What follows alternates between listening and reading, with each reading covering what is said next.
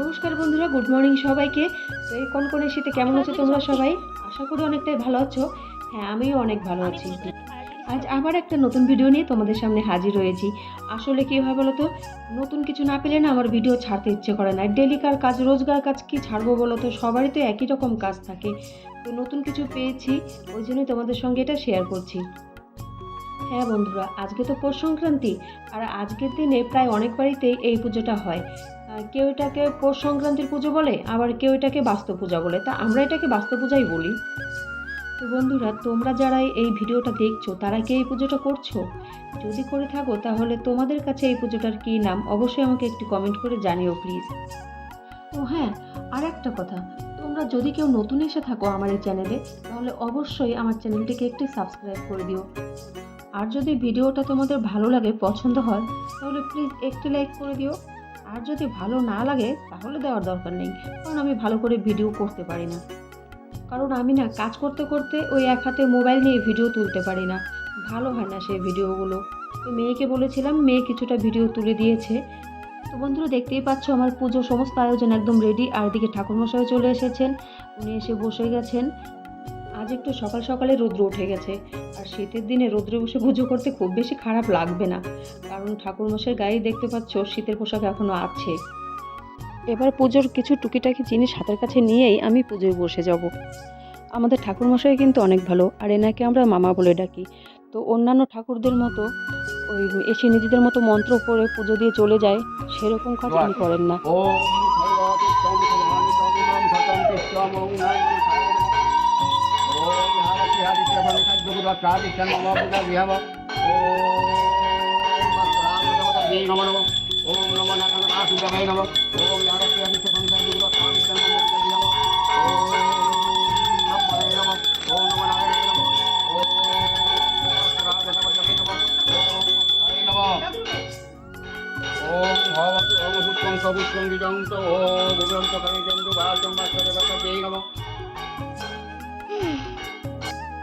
আমাদের এই ঠাকুরমশাই একেবারে নিজের পাশে বসিয়ে নিজের হাতে করে আমাদের সমস্ত পুজোটা দেওয়ান। মানে আমরা নিজেরাই হাতে ফুল বেলপাতা নিয়ে মন্ত্র করে পুজো দিই, শুধু ঠাকুরমামা মন্ত্রটা বলে দেন, সেটা শুনেই আমরা পুজো দিই। এই ব্যাপারটা আমার খুব ভালো লাগে। আসলে সারাক্ষণ উপোস করার পরে নিজে হাতে করে যদি ঠাকুরকে ফুল বেলপাতা অর্পণ করা যায়, নিজে হাতে যদি পুজোটা দেওয়া যায়, নিজের মনে খুব শান্তি লাগে। পুজো তো শেষ হয়ে গেছে সেই অনেক আগেই, কিন্তু কি করব বলো, পুজো শেষে পাড়ার লোকদের ডেকে তাদেরকে প্রসাদ দিয়ে তারপরে পুজোর বাসনগুলো ধোয়ার ছিল, সেগুলো সমস্ত ধুয়ে, বাড়ির আরও কিছু টুকিটাকি কাজ ছিল, ছাদে জামা কাপড় ছিল, তো এই সব কাজ করেছি। এক হাতে মোবাইল ক্যামেরা ধরে আর এক হাত দিয়ে সমস্ত কাজ করা আমার একার পক্ষে সম্ভব হয় না। যখন বাসনগুলো ধুচ্ছিলাম তখন কি সম্ভব বলো, এক হাত দিয়ে মোবাইল ক্যামেরা ধরে আর এক হাত দিয়ে আমি বাসনগুলো ধুই। এইভাবে বাড়ির সকল কাজ সেরে আমি সন্ধ্যার পরে গিয়ে ভিডিওটা এডিট করতে বসেছি। আর তারপরে তো ছেলে মেয়ের পড়াশোনাও আছে, সেগুলো একটু দেখতে হবে। তো এই সকল কিছু মিলিয়ে আমার ভিডিওটা ছাড়তে অনেকটা লেট হয়ে গেল, আর খুব ভালো করে আমি ভিডিওটা এডিট করতে পারিনি। নিজের গল্প তো অনেক হলো, এবার একটু চলো পুজোর কথায় আসা যাক। আসলে আমাদের এই পুজোয় কী কী লাগে বলো তো। আমাদের এই পুজোয় লাগে একটা ডাল, জিকে গাছের ডাল। সেই গাছটা তোমরা কি নাম বলো জানি না, এক একজন এক এক নাম বলে, তবে আমরা ওটাকে জিকে গাছ নামেই চিনি।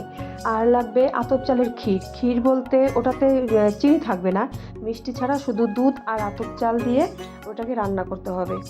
তার সঙ্গে থাকবে চাল কলার একটা কাঁচা ভোগ আর 5 ফল 5 মিষ্টি, ব্যাস এতেই হয়ে যাবে এই পুজো। ওদিকে ঠাকুর মামাও আমাকে বারে বারে তাড়া দিচ্ছে পুজো এসে বসার জন্যে, আর আমি শুধু ধূপতিটা ধরিয়ে দিচ্ছি, ধূপদানিটা ধরিয়ে দিয়ে আমি পুজোয় গিয়ে বসে পড়ব।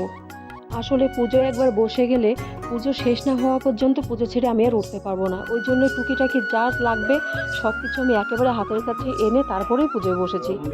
তো গাইস, আমি তো পুজোয় বসে গেছি। আর আজকের ভিডিওটা এই পর্যন্তই, আবার দেখা হবে নতুন কোনো ভিডিওতে। যদি তোমাদের ভিডিওটা ভালো লেগে থাকে তাহলে প্লিজ একটি লাইক করে দিও। দেখা হবে নতুন কোনো ভিডিওতে, ততক্ষণের জন্য টাটা সবাইকে। তোমরা কেউ পুজো ছেড়ে চলে যেও না, প্লিজ দেখতে থাকো।